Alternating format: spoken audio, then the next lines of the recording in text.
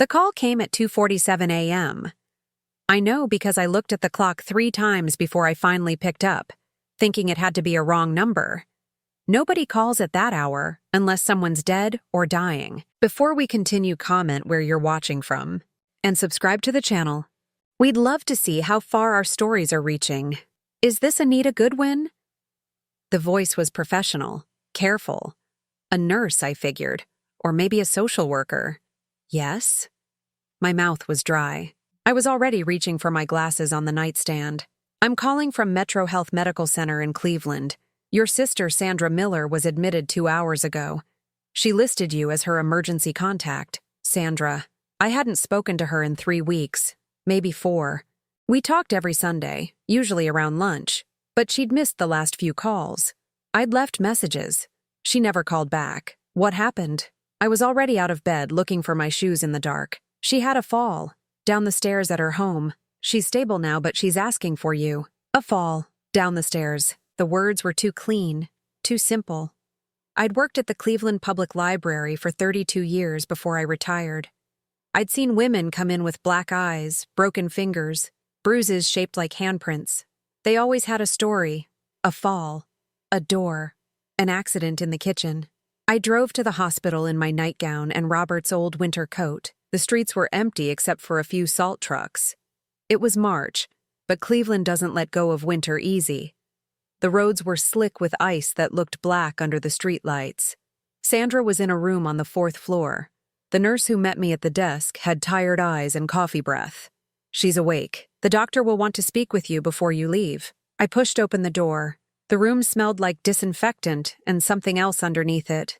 Something sour and wrong. Sandra was in the bed closest to the window, her face turned toward the dark glass. Her left arm was in a cast from wrist to elbow. Sandy. I used the name I hadn't said out loud in years, not since we were girls. She turned her head. Her face was pale, almost gray in the fluorescent light.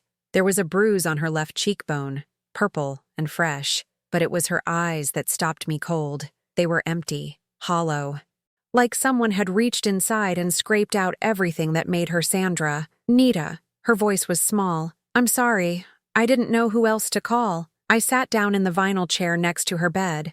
The cast on her arm was white and clean. No signatures yet. What happened? She looked away. I fell. I was carrying laundry down to the basement and I missed a step. The lie sat between us like a third person in the room. I counted to 5 in my head before I spoke. Sandra, look at me. She didn't. How many steps are there in your basement? 14. She said it automatically.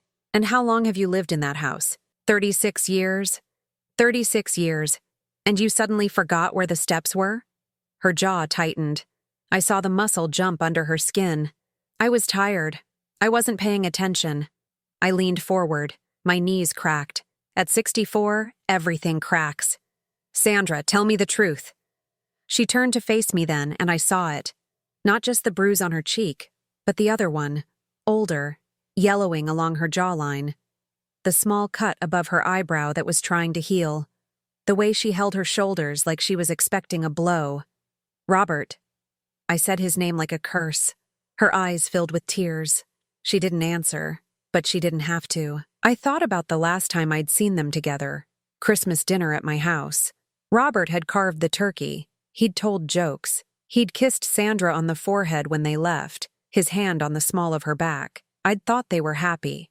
I'd thought my sister had the kind of marriage I'd lost when Tom died. How long? My voice came out harder than I meant it to. Nita, please. How long has he been hurting you? She closed her eyes. A tear ran down her cheek and into her hair. I don't know. 5 years. Maybe 6. 6 years. I'd had Sunday dinners with them. I'd celebrated their anniversary. I'd sat at their table and drunk their wine and never seen it. Never looked close enough. I'm taking you home with me. I stood up. Tonight. I can't. Yes, you can. Nita, you don't understand. He didn't mean it. He's been under a lot of stress. The company laid off half his department last year. He's just not himself lately. I'd heard this before, too. From women at the library who whispered to me at the circulation desk, asking if we had books on starting over, on finding apartments, on divorce. They always had reasons why they couldn't leave. always had explanations that made the monster sound human. I don't care if he's stressed. I don't care if he lost his job. I don't care if the whole world is ending. He put his hands on you. I sat back down and took her good hand. Her fingers were cold. You're my sister. You're coming home with me. She started to cry then. Really cry, her whole body shaking with it. The sound was terrible, like something breaking that couldn't be fixed. I held her hand and didn't say anything. What was there to say? A doctor came in 40 minutes later. She was young, maybe 30, with dark circles under her eyes. Mrs. Miller, I'm Dr. Chen. I treated you in the ER. Sandra wiped her eyes with her free hand. Thank you. Dr. Chen looked at me, then back at Sandra. We've set the fracture. It's a clean break, radius and ulna. You'll need to keep the cast on for 6 to 8 weeks. I'm also concerned about the contusions on your face and torso. I fell down the stairs, Sandra said automatically. Dr. Chen nodded slowly. She'd heard this before too. Mrs. Miller, I need to ask you something, and I need you to answer honestly. Are you safe at home? The question hung in the air. Sandra looked at me. I looked back at her and didn't blink. I don't know, Sandra whispered. Dr. Chen pulled up a chair. There are resources available. Shelters, counseling, legal aid. I can connect you with a social worker before you leave. She's coming home with me, I said. She's not going back there. Dr. Chen looked relieved. That's good. That's very good. She wrote something on her clipboard. Mrs. Miller, you're stable enough to be discharged, but I need to document your injuries for your own protection. After Dr. Chen left, Sandra and I sat in silence. Outside the window, the sky was starting to lighten. A pale gray dawn, the kind that promises nothing. He'll come looking for me, Sandra said quietly. Let him. You don't know what he's like when he's angry. I thought about my sister, who used to be afraid of nothing, who climbed trees higher than the boys, who stood up to bullies in the schoolyard, who married Robert Miller when she was 28 and thought she'd found a partner for life. Then it's time he learned what I'm like when I'm angry, I said. We left the hospital at 6:15 a.m. Sandra was wearing a hospital gown under her coat because her clothes were torn. I didn't ask how they got torn. I didn't want to know yet. I took her to my house on Fairhill Road. The sun was coming up, cold and white. My neighbor, Mrs. Kowalski, was getting her newspaper. She waved. I waved back. Everything looked normal. Everything looked fine. Inside, I helped Sandra to the guest room upstairs. She sat on the edge of the bed, still in her coat, and stared at the wall. I'll make coffee, I said, and then you're going to tell me everything. But when I came back 10 minutes later with 2 mugs, Sandra was asleep. Still in her coat, her casted arm across her stomach, her face finally peaceful. I set the coffee on the nightstand and closed the door.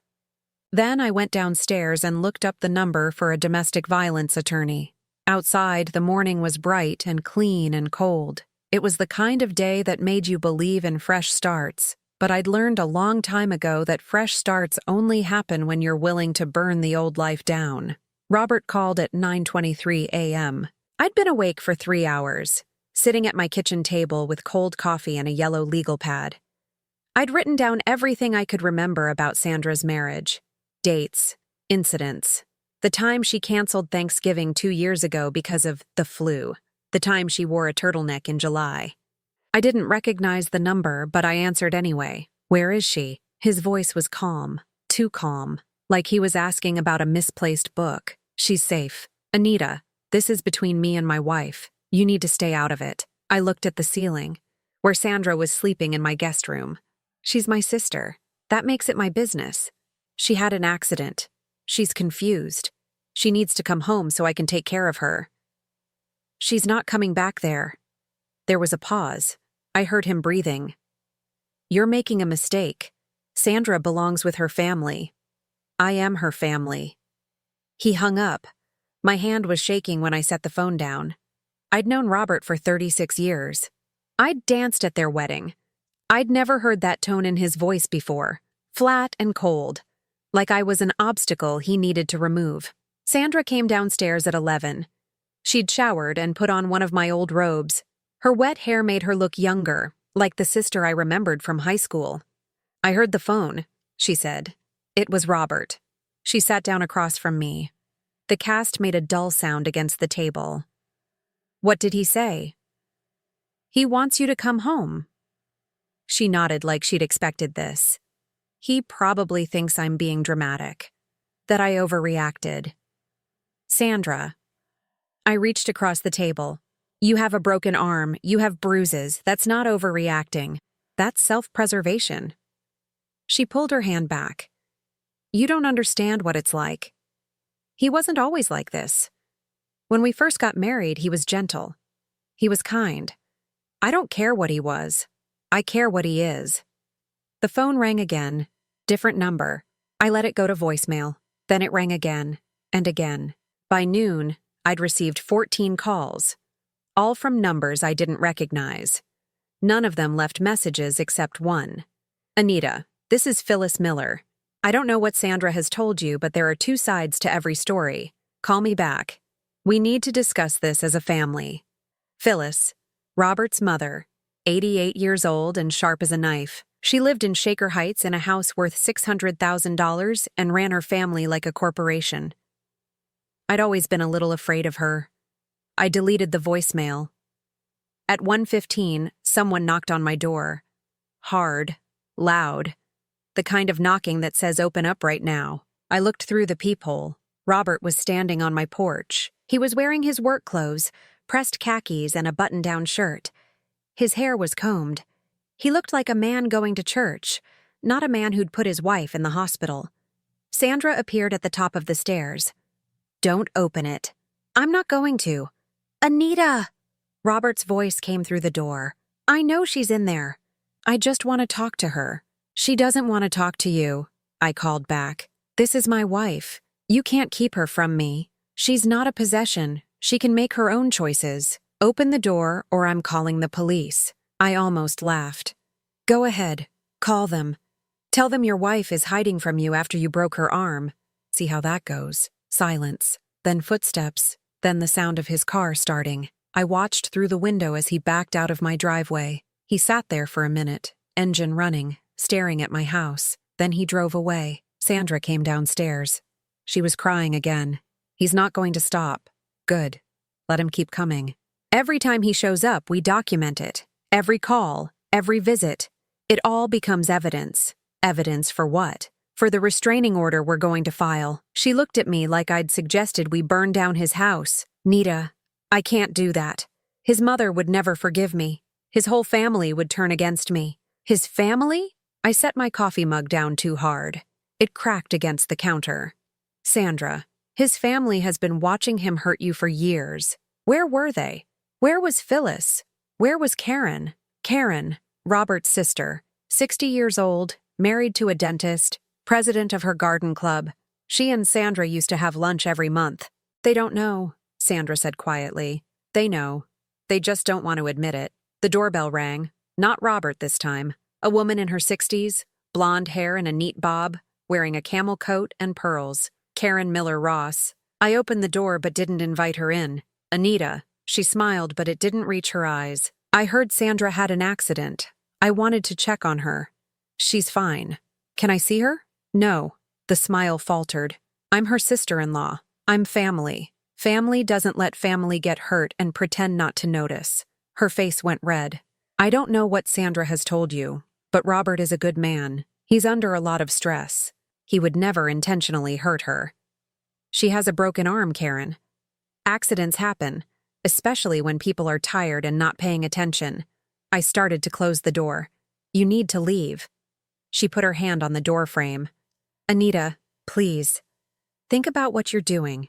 If Sandra leaves Robert, it will destroy this family. His mother's health is fragile.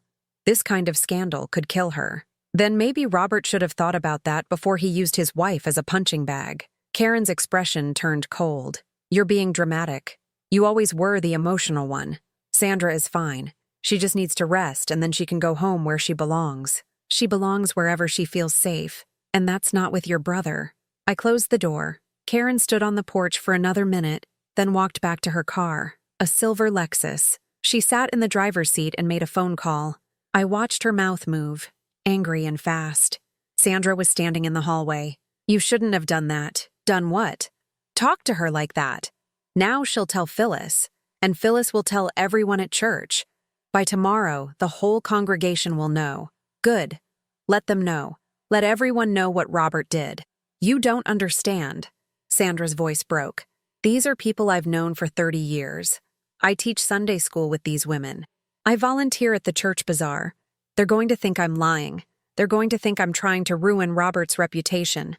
I walked over to her and took her good hand. Sandra, look at me. Do you think you're lying? No.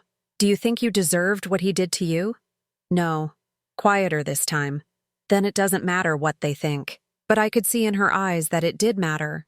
It mattered more than I wanted it to. That night, I made spaghetti. Sandra picked at it with her fork, eating maybe 3 bites. The phone rang 8 more times. I stopped answering. At 9:47, my neighbor Mrs. Kowalski knocked on my door. Anita, there's a man sitting in a car across the street. He's been there for an hour. Should I call the police? I looked out the window, a dark sedan. Robert's car. Yes, I said. Call them. The police came 20 minutes later. 2 officers, one young and one older. They talked to Robert. I watched from my window as he pointed at my house, his hands moving, explaining something. The older officer wrote in a notebook. Then they came to my door. Ma'am, we understand there's a domestic situation here. My sister is staying with me. Her husband assaulted her. She's afraid of him. The younger officer looked uncomfortable. He says she left without telling him where she was going. He's worried about her. She's an adult. She doesn't need his permission to leave. Has he threatened her? He broke her arm. Did she file a police report? I hesitated. Not yet. The older officer closed his notebook. Ma'am, unless there's an active restraining order or he makes a direct threat, we can't make him leave. He's parked on a public street. They left. Robert's car stayed. At midnight, Sandra came downstairs. She stood at the window looking out at the dark sedan across the street. He's not going to stop, she said again.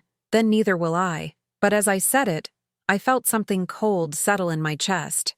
I'd thought rescuing Sandra would be simple. Bring her home, call a lawyer, file some papers. I hadn't thought about Phyllis, about Karen, about the church ladies and the phone calls, and Robert sitting outside my house in the dark. I hadn't thought about how much it would cost to tell the truth. Sandra went back upstairs. I stayed at the window, watching Robert's car. The street was quiet. Everyone else was asleep, dreaming normal dreams, living normal lives. I wondered how long it would be before mine was normal again. Sandra stopped sleeping. I'd hear her at night, walking from the guest room to the bathroom and back, the floorboards creaking under her feet. Sometimes she'd stand at the window for an hour, looking down at the street where Robert's car had been. He didn't come back after that first night, but it didn't matter. The damage was done. Sandra saw him everywhere, in the mailman's face, in the sound of cars slowing down outside, in every phone call that went to voicemail. On the 4th day, I found her in the kitchen at 3 a.m., sitting in the dark. Sandy, you need to sleep. I can't. Her voice was flat. Every time I close my eyes, I see him standing over me. I hear his voice. I turned on the light. She flinched. Her hair was unwashed, pulled back in a ponytail. The bruise on her cheek had turned yellow-green, the color of something rotting. Have you thought about what I said? About the lawyer? She shook her head. I can't afford a lawyer, Nita. Robert handles all the money. I don't even have my own bank account anymore. What do you mean you don't have your own account? He closed it. 3 years ago. He said it was easier to manage everything from one place. He gives me $200 a week for groceries and household things. If I need more, I have to ask. $200 a week for a woman who'd worked as a music teacher for 20 years before Robert convinced her to retire early. A woman who'd had her own checking account, her own savings, her own life. Did you keep any records? Bank statements? Credit card bills? Robert keeps all that stuff in his office. He says I don't need to worry about it. I wanted to scream. Instead, I made tea. Earl Grey, the kind our mother used to make when we were sick. I set the cup in front of Sandra and sat down. We'll figure it out. There are lawyers who work pro bono for domestic violence cases. I made some calls yesterday. There's a woman named Patricia Hartwell. She's willing to meet with you. Sandra wrapped her good hand around the mug but didn't drink. What if he finds out? He's going to find out eventually. When you file for divorce. Divorce? She said the word like it hurt. Nita, I took vows. For better or worse. In sickness and in health. Those vows don't include being someone's punching bag. He's sick. That's what Karen said. He's depressed. The layoff destroyed him. If I leave now, when he needs me most, what kind of person does that make me? I thought about Karen, standing on my porch in her camel coat and pearls, rewriting history, making excuses, protecting her brother instead of the woman he'd hurt. It makes you a person who wants to survive, I said. Sandra finally looked at me. Her eyes were red, hollowed out. I don't know if I can do this. Everyone at church thinks I'm overreacting. Phyllis called me yesterday. She called you? How did she get this number? I don't know. She said I was breaking Robert's heart. She said I was being selfish and cruel. She said if I loved him, I'd come home and work through this like an adult. My hands clenched into fists. She said that? After what he did to you? She doesn't believe it was that bad. She thinks I fell. She thinks I'm exaggerating to get attention. Did you tell her the truth? Sandra's face crumpled. I tried. I told her about the other times. The time he pushed me into the counter and I cracked a rib. The time he grabbed my hair and slammed my head against the wall. She said I must have provoked him. She said Robert would never do those things unless I'd done something to deserve it. I got up and walked to the window. Outside, the sun was starting to come up. Mrs. Kowalski's porch light was still on. A newspaper lay in her driveway, wrapped in plastic. Everything looked normal, safe. You're not going back there, I said. I don't know where else to go. You're staying here, as long as you need to. I can't ask you to do that. You're not asking. I'm telling. She started crying again. Quiet tears that ran down her face and dripped onto the table. I sat back down and took her hand. We stayed like that until the sun came up and Mrs. Kowalski came out to get her paper. That afternoon, Sandra asked if she could get some of her things from the house. Clothes mostly, her medications, some books. I'll go with you, I said. Robert will be at work. He's always at work on Fridays. We drove to her house in Lakewood, a 2-story colonial with blue shutters and a maple tree in the front yard. I'd been there 100 times. Now it looked different, smaller, like a trap disguised as a home. Sandra used her key. The house smelled like Robert's cologne and old coffee. The living room was neat, magazines arranged on the coffee table, pillows perfectly placed on the couch. It looked like a staged house in a real estate listing, not a place where people actually lived. I'll just be a few minutes, Sandra said. She went upstairs. I stood in the living room, looking around. There were pictures on the mantel. Sandra and Robert on their wedding day. Sandra and Robert at the Grand Canyon. Sandra and Robert at someone's anniversary party, his arm around her waist, both of them smiling. I walked down the hallway to Robert's office. The door was closed but not locked. Inside, everything was organized. Files in labeled folders. A desk calendar with appointments written in neat handwriting. A computer with a dark screen. I opened the filing cabinet. Tax returns. Insurance policies. Bank statements going back 10 years. I pulled out the most recent one. Joint checking account. Balance, $127,483. Savings, $89,220. Robert hadn't lost everything in the layoff. He'd been lying to Sandra, controlling her with fear and $200 a week while sitting on over $200,000. I kept looking. In the bottom drawer, under a folder marked Household, I found something else. A manila envelope, unsealed. Inside were photographs, medical bills, hospital discharge papers. The first photograph showed Sandra's back. Purple bruises, 4 of them, spread across her ribs like fingerprints. The second showed her wrist, swollen and discolored. The third showed her face, one eye swollen shut. The dates on the medical bills went back 8 years. Emergency room visit, fractured rib, urgent care, sprained wrist, family doctor, facial contusions, over and over. A pattern of injuries that no one had questioned because Sandra kept coming back with explanations that made sense. A fall, a car door, a kitchen accident, but she'd documented it. Every bruise, every broken bone, every lie she'd told to protect him. She'd kept the evidence like an insurance policy, proof that she wasn't crazy, that it had really happened. I took the envelope, all of it, every photograph, every bill, every piece of paper that proved what Robert Miller had done to his wife. Upstairs, I heard Sandra moving around. I closed the filing cabinet and went back to the living room. She came down 5 minutes later with a duffel bag. Got everything I need. Good. Let's go. In the car, I handed her the envelope. I found this in Robert's office. She opened it. Her face went white. Where was it? Bottom drawer, under household files. I thought he'd destroyed these. I thought he'd found them and gotten rid of them. Why did you keep them? She was quiet for a long time.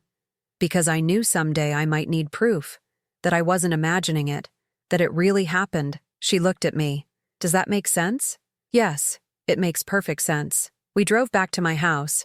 Sandra held the envelope in her lap the whole way, her fingers pressed against it like she was afraid it might disappear.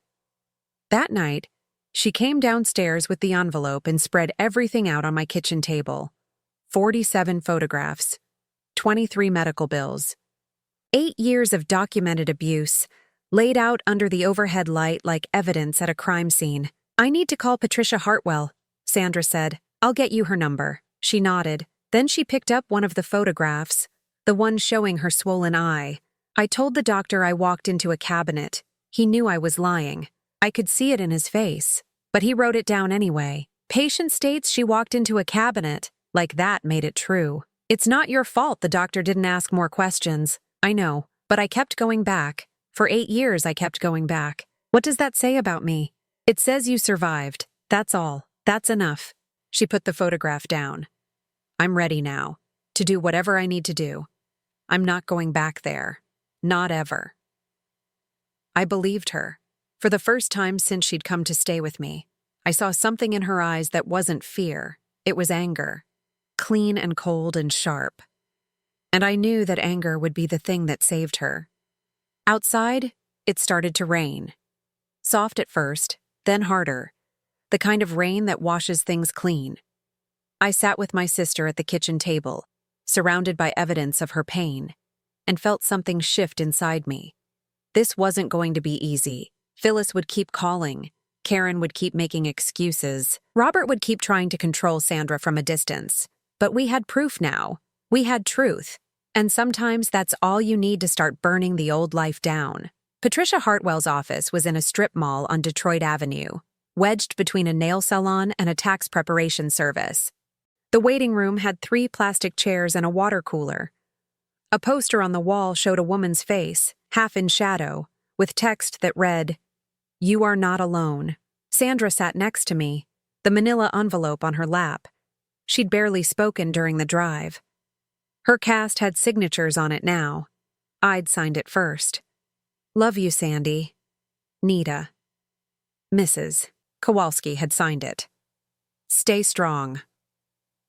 Even the pharmacist at CVS had signed it when Sandra went to pick up her pain medication. Patricia came out at exactly 10 a.m. She was in her 40s, black hair pulled into a bun, wearing a gray suit that had seen better days. Sandra Miller? Sandra stood up. I started to stand too. You can both come back, Patricia said. Her office was small but organized, law books on shelves, files stacked neatly on her desk, a coffee mug that said, "World's Okayest Lawyer." She gestured to 2 chairs across from her desk. I've reviewed the information Anita sent me, Patricia said, opening a folder. Medical bills, photographs, timeline of incidents. This is some of the best documentation I've seen in a domestic violence case. She looked at Sandra. You did the right thing keeping these records. Sandra's voice was barely a whisper. I was afraid he'd find them. He didn't, and now we can use them. Patricia pulled out a legal pad. I need to ask you some questions. Some of them are going to be difficult, but I need you to be as detailed as possible. Can you do that? Sandra nodded. Tell me about the first time Robert hit you. It took Sandra 20 minutes to get through the story. She cried twice. Patricia handed her tissues and waited. When Sandra finished, Patricia had 3 pages of notes. Okay, Here's what we're going to do. First, we file for an emergency protection order. That will legally bar Robert from contacting you or coming within 500 feet of you. Second, we file for divorce. Ohio is a no-fault state, but given the documented abuse, we'll be asking for full division of marital assets and spousal support. Third, I want you to see a therapist who specializes in domestic violence. We'll need her testimony if this goes to court. How much will this cost? Sandra asked. For you? Nothing. I take domestic violence cases pro bono, but there will be court fees, filing fees, maybe $500 total. I pulled out my checkbook. I'll cover it. Sandra turned to me. Nita, I can't ask you to do that. You're not asking. I'm offering. Patricia looked between us. You have a good sister. A lot of women don't have that kind of support. She turned back to Sandra. I'll file the paperwork this afternoon. We should have a hearing date within 2 weeks. In the meantime, document everything. Every phone call, every text message, every time Robert or his family tries to contact you. Save everything. We left an hour later. Sandra was quiet in the car, staring out the window. You okay? I asked. I just told a stranger everything. Every horrible thing that happened in my marriage. And she didn't look at me like I was stupid. She didn't ask me why I stayed. Because she knows it's not that simple. Sandra wiped her eyes. Phyllis is going to lose her mind when she finds out about the restraining order. Let her, but I underestimated Phyllis Miller. The restraining order was served 3 days later. Robert signed for it at 4:37 p.m. on a Tuesday. By 6:15, Phyllis was calling my house. I didn't answer. She left a voicemail. Her voice was cold, clipped. Anita, I know what you've done. You've poisoned my daughter-in-law against my son. You've destroyed a marriage. I hope you're proud of yourself. This family will not forget this, and neither will the community. I deleted it. Then my phone rang again. A different number. Ms. Goodwin, this is Janet Ford from Cleveland Consulting Partners. I'm calling to let you know we're terminating our contract with you effective immediately. Or my stomach dropped. CCP was one of my 3 consulting clients. I'd been doing part-time work for them since I retired, organizing their company library and training staff on research databases. It paid $2,000 a month. Can I ask why? We've had some concerns raised about your personal conduct. We feel it's best to part ways. She hung up before I could respond. I sat at my kitchen table staring at my phone. Personal conduct. Someone had called them. Someone had told them I was harboring a runaway wife, destroying a marriage, causing problems. Sandra came downstairs. Who was that? CCP. They just fired me. Her face went white.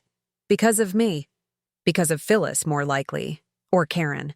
Nita, I'm so sorry. I'll leave. I'll figure something else out. You're not going anywhere. It's $2,000 a month. I'll survive. But that night, I lay in bed doing math in my head. I had 2 other clients that paid about the same. My pension from the library was $1,100 a month. My mortgage was $890. Property taxes were due in November, $2,400. I had savings, about $43,000, but that was supposed to last me through retirement. How much was I willing to lose to keep Sandra safe? The answer came quickly. All of it. Every penny. The hearing for the protection order was scheduled for March 28th. Sandra wore a navy blue dress I'd bought her at Kohl's. I wore my best suit, the one I'd worn to Tom's funeral 5 years ago. Robert was already in the courtroom when we arrived. He was wearing a suit too, dark gray with a blue tie. His lawyer was next to him, a man in his 50s with silver hair and an expensive briefcase. Robert didn't look at us. Judge Patricia Morrison entered at 9:02 a.m. She was in her 60s, reading glasses on a chain around her neck. Case number 24 DV8847, Miller vs. Miller. This is a hearing for an emergency protection order. Ms. Hartwell, you may proceed. Patricia stood up. Your Honor, my client Sandra Miller is seeking protection from her husband, Robert Miller, due to repeated instances of domestic violence over the past 8 years. We have extensive documentation. She presented the photographs, the medical bills, Sandra's testimony. It took 45 minutes. Robert's lawyer stood up. Your Honor, my client denies these allegations. Mrs. Miller has a history of clumsiness and poor balance. These injuries were accidents. My client has never raised a hand to his wife in violence. Judge Morrison looked at Robert. Mr. Miller, did you break your wife's arm? She fell down the stairs, Your Honor. I wasn't even home when it happened. Do you have proof of your whereabouts? His lawyer shuffled papers. We're still gathering that information. Judge Morrison looked at the photographs again.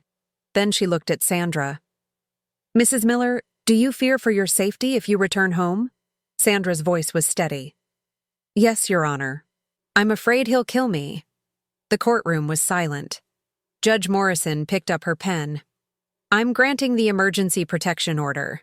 Mr. Miller, you are barred from contacting Mrs. Miller directly or indirectly.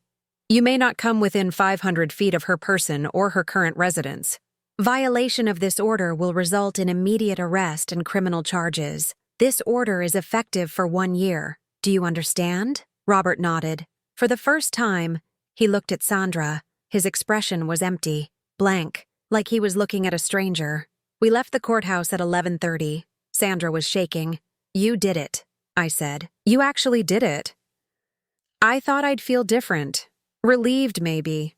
But I just feel tired. That's normal. You've been running on adrenaline for weeks. We went to Bob Evans for lunch. Sandra ate half a pancake. I ate eggs and tried not to think about the fact that I'd lost one client and would probably lose more. My phone buzzed. A text from a number I didn't recognize. You've made a powerful enemy.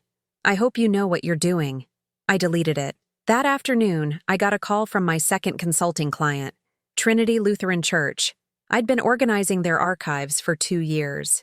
Anita, I'm so sorry, Pastor Mark said, but several members of the congregation have expressed concerns. They feel it would be best if we discontinued your services. Let me guess. Phyllis Miller is one of those members. Silence. Then, I can't discuss individual congregants, but yes, there's been pressure. 2 clients gone. That was $4,000 a month. Half my income. I looked at Sandra, who was sitting on my couch reading a book. She'd showered that morning. Her hair was clean. She was wearing clothes that fit. She looked like my sister again, not the ghost who'd shown up at the hospital. It's fine, I told Pastor Mark. I understand. I hung up and wrote the number in my notebook. $4,000 per month, gone. But Sandra was safe. She had a protection order. She had a lawyer. She had a future that didn't include broken bones and excuses. Some things, I realized, were worth more than money. Outside, the sun was setting. The sky was pink and orange, the kind of sunset that makes you believe in second chances. Mrs. Kowalski was watering her flowers. A dog barked somewhere down the street. Everything looked normal, but I knew normal was gone, and I didn't miss it. The divorce hearing was set for May 15th, 6 weeks after the protection order. 6 weeks of silence from Robert, but not from his family. Phyllis called Sandra once, just once. Sandra answered before I could stop her. I only heard Sandra's side. No, I'm not coming back. No, he didn't just lose his temper. Mother Miller, he broke my arm. He broke my rib. He gave me a concussion. How many times does someone have to hurt you before you're allowed to leave? There was a long pause. Then Sandra said very quietly, I'm sorry you feel that way, and hung up. She looked at me. She said I was a quitter. That marriage is about forgiveness. That I took a vow before God and I'm breaking it. What did you say? Nothing. What could I say? She's never going to understand. But 2 weeks before the hearing, something changed. Karen called. Not Sandra, me. Anita, I need to talk to you, in person, please. I almost hung up. But something in her voice stopped me. Why? Because I need to tell you something I should have said a long time ago. We met at a coffee shop on Clifton Boulevard. Karen was already there when I arrived, sitting at a corner table with a cup of tea she hadn't touched. She looked smaller than I remembered. Older. Her hands were shaking. I sat down across from her. What do you want? I want to apologize. I hadn't expected that. For what? For lying. For making excuses. For telling you Robert was just stressed. That Sandra was overreacting. That it wasn't as bad as it seemed. She looked up at me. Her eyes were red. I knew. I've known for years. The coffee shop was loud around us. Espresso machines hissing, people laughing, normal sounds from a normal world. How long? I asked. 5 years, maybe 6. I came over one day to drop off some books. Sandra answered the door and she had a black eye. A bad one. She said she'd walked into a cabinet, but I saw Robert standing behind her. I saw the look on his face. Karen's voice broke, and I pretended to believe her, because if I admitted what was really happening, I'd have to do something about it, and that would mean going against my brother, against my mother, against everything we'd built. You chose him over her. I chose comfort over truth, and I hate myself for it. I should have felt satisfaction, victory, but all I felt was tired. Why are you telling me this now? Because Patricia Hartwell subpoenaed me. I have to testify at the divorce hearing. She wrapped her hands around her teacup, and I'm going to tell the truth. About what I saw, about what I knew, about how many times I looked the other way. Phyllis will never forgive you. I know. My mother hasn't spoken to me in 3 days. She says if I testify against Robert, I'm dead to her. Karen laughed, but it sounded like crying. I'm 60 years old and I'm still afraid of my mother. Isn't that pathetic? What changed your mind? She pulled something out of her purse. A photograph. This is my daughter, Emily. She's 32. Last month, she called me from a hospital in Boston. Her husband had pushed her down the stairs. Broken collarbone. Fractured wrist. Karen's hands were shaking harder now. And do you know what I said to her? I said, "What did you do to make him so angry?" Because that's what my mother taught me. That's what I learned watching her protect Robert all these years. She put the photograph on the table. Emily hung up on me. She hasn't called back, and I realized I'm doing to her exactly what was done to me. Telling her to be quiet, to forgive, to protect the man instead of herself. She looked at me. I can't save my relationship with Emily, but maybe I can help Sandra. Maybe that's worth something. I didn't know what to say, so I just nodded. Will you tell Sandra I'm sorry? Karen asked. That I should have helped her years ago? You can tell her yourself, at the hearing. Karen left first. I sat there for another 10 minutes, drinking coffee I didn't want, thinking about families and lies and how easy it is to choose silence over truth. The divorce hearing was in the same courtroom as the protection order hearing, Judge Morrison again. Sandra wore a different dress this time, gray with white buttons. I'd bought it at TJ Maxx for $34.99. Robert's lawyer presented his case first.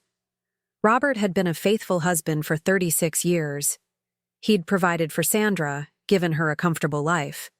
The abuse allegations were fabricated, a way for Sandra to gain an unfair advantage in the divorce settlement. My client is willing to offer Mrs. Miller a fair division of assets, the lawyer said. 50% of the marital home, valued at $340,000. 50% of savings, approximately $108,000 total, and $1,500 per month in spousal support for 5 years. Patricia stood up. Your Honor, that's not even close to fair. Mrs. Miller was financially abused for years. She had no access to bank accounts, no knowledge of family assets. She was given $200 a week and told to be grateful. Meanwhile, Mr. Miller controlled over $216,000 in joint accounts that Mrs. Miller wasn't even aware existed. Mrs. Miller had access to everything, Robert's lawyer protested. She chose not to be involved in financial decisions. She was prevented from being involved, Patricia shot back. That's not choice. That's control. Judge Morrison held up her hand.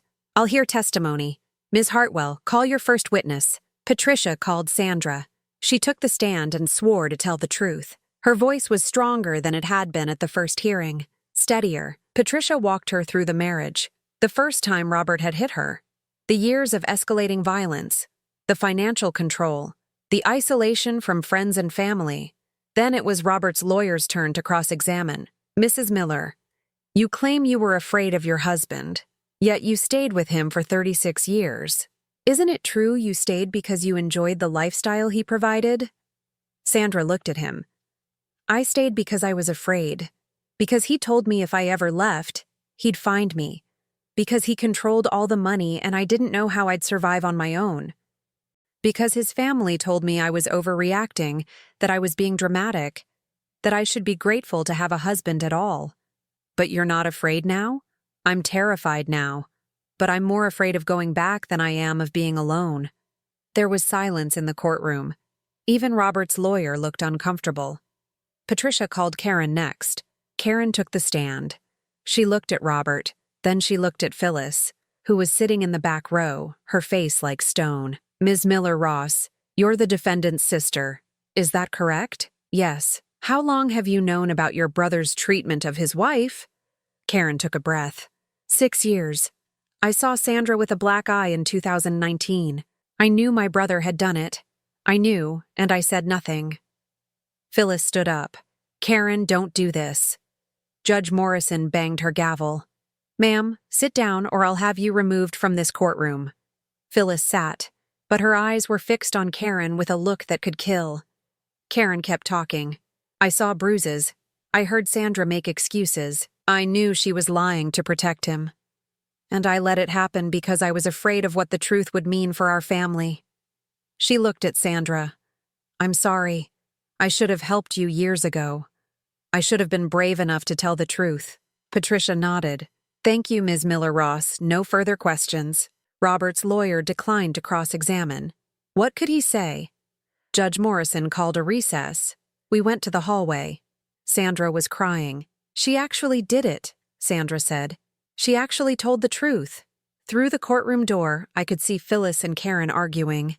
Phyllis's face was red, her finger jabbing at Karen's chest. Karen just stood there, taking it. Then Phyllis walked past us. She looked at Sandra like she was something disgusting. You destroyed this family. I hope you're happy. Your son destroyed this family, I said. Sandra just survived it. Phyllis didn't respond. She just walked out, her heels clicking on the marble floor. When we went back in, Judge Morrison had made her decision. I'm granting the divorce. Mrs. Miller will receive 65% of all marital assets, including the house. Mr. Miller will receive 35%. Mrs. Miller will also receive $2,800 per month in spousal support for 10 years, or until she remarries. Additionally, Mr. Miller will be responsible for all court costs and attorney fees. Robert's face went white. His lawyer started to object, but Judge Morrison cut him off. Mr. Miller, you controlled your wife financially and physically for years. You will not profit from that abuse. This is my final ruling. She banged her gavel. It was over. Outside the courthouse, Sandra sat on a bench and cried. Not sad crying. Relief crying. The kind of crying that happens when you've been holding your breath for years and finally remember how to breathe. Karen came out 15 minutes later. She looked at Sandra. I meant what I said. I'm sorry. Sandra stood up and walked over to her. For a moment, I thought she might slap her. Instead, she hugged her. Thank you, Sandra whispered. Thank you for choosing me. Karen hugged her back. I should have chosen you years ago. Sandra moved out of my house on September 3rd, 4 months after the divorce was finalized. 4 months of watching her slowly come back to life. The apartment she'd found was in Lakewood, 3 blocks from the lake. 1 bedroom, hardwood floors, a kitchen with windows that let in actual sunlight. It cost $100 a month, which she could afford now with the spousal support and her share of the house sale. The house had sold in July, $340,000. Sandra's 65% came to $221,000. After paying off the remaining mortgage and Patricia's fees, she had $187,000 left. She put it in her own bank account, her name only. I helped her move boxes up 2 flights of stairs. At 64, I was feeling every year. My knees complained, my back ached, but Sandra was smiling, actually smiling, and that made the pain worth it. I can't believe this is mine, she said, standing in the empty living room. All mine. No one can take it away from me. No one, I agreed.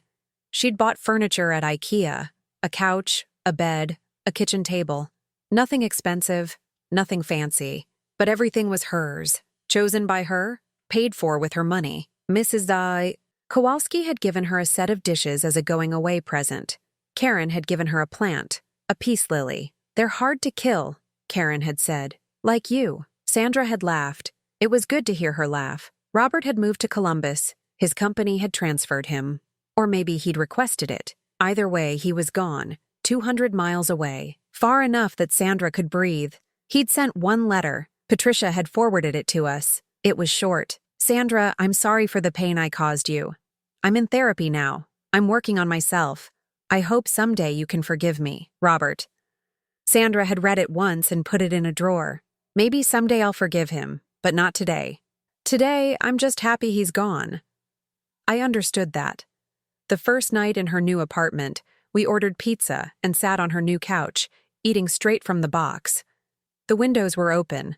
We could hear the lake, waves hitting the shore, seagulls calling. I found a job, Sandra said. Already? Giving piano lessons.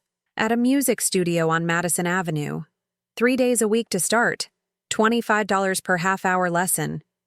She smiled. It's not much, but it's mine. My work, my money. I'm proud of you. She looked at me. I couldn't have done this without you, Nita. You lost your job because of me. You spent your savings. You put your whole life on hold. I had lost 2 consulting contracts. But I'd found a new one in August, working for a law firm organizing their case files. It paid $2,500 a month. Not as much as before, but enough. I didn't put my life on hold, I said. I saved my sister's life. That's different. She started crying, happy crying. I wasted so many years with him. 36 years. I could have left when I was 40, 50, 60. But I stayed. You're 64 now. That means you could have another 30 years. 40 if you're lucky. That's not waste. That's a gift. She wiped her eyes. When did you get so wise? When I watched you get brave. We finished the pizza. Sandra showed me where she'd hung pictures. One of our parents. One of us as girls. Maybe 9 or 10. Standing in front of a Christmas tree. One of her on her first day of teaching music. Holding a clarinet. Looking young and hopeful. I found that in a box, she said. I'd forgotten what I looked like when I was happy. Before Robert. Before all of it. You look like that now, I said. Happy. She smiled. I'm getting there. I left at midnight. Sandra walked me to my car. The street was quiet. Porch lights on. Everything peaceful. I'll come by Sunday for lunch, I said. Unless you have plans. I always have time for you. I drove home to Fairhill Road. The house felt emptier without Sandra. But it was a good empty. The kind that meant she'd moved on, moved forward, moved into a life that was hers. Mrs. Kowalski was sitting on her porch when I pulled into my driveway. She waved. I waved back. How's Sandra? She called. Good. Really good. Tell her I'll come visit next week. Bring her some of my pierogies. She'd like that. Inside. I made tea. Earl Grey. My mother's recipe. I sat at the kitchen table and thought about everything that had happened since that phone call at 2:47 a.m., 6 months. It had been 6 months since Sandra had shown up at the hospital with a broken arm and hollow eyes. 6 months of fear and fighting and loss, but also 6 months of courage, of truth, of learning what family really meant. My phone buzzed. A text from Sandra. Thank you for everything. I love you, Sandy. I texted back. Love you too. Sleep well in your new home. 3 days later, I got a letter in the mail. The return address was Boston. I opened it carefully. Inside was a short note, handwritten. Dear Anita, my name is Emily Ross. I'm Karen Miller Ross's daughter. My mother told me what you did for Sandra, how you took her in, protected her, lost your job for her. I want you to know that hearing about your courage gave me courage. I left my husband last week. I'm staying with a friend. I'm scared, but I'm safe. Thank you for showing me what real family looks like. Emily. I read it twice. Then I folded it carefully and put it on my refrigerator, held up with a magnet shaped like Ohio. One woman saved, then another, and maybe someday another after that. That's how change happens. Not all at once, not with grand gestures, but quietly, slowly, one woman at a time, choosing truth over silence. Karen called that weekend.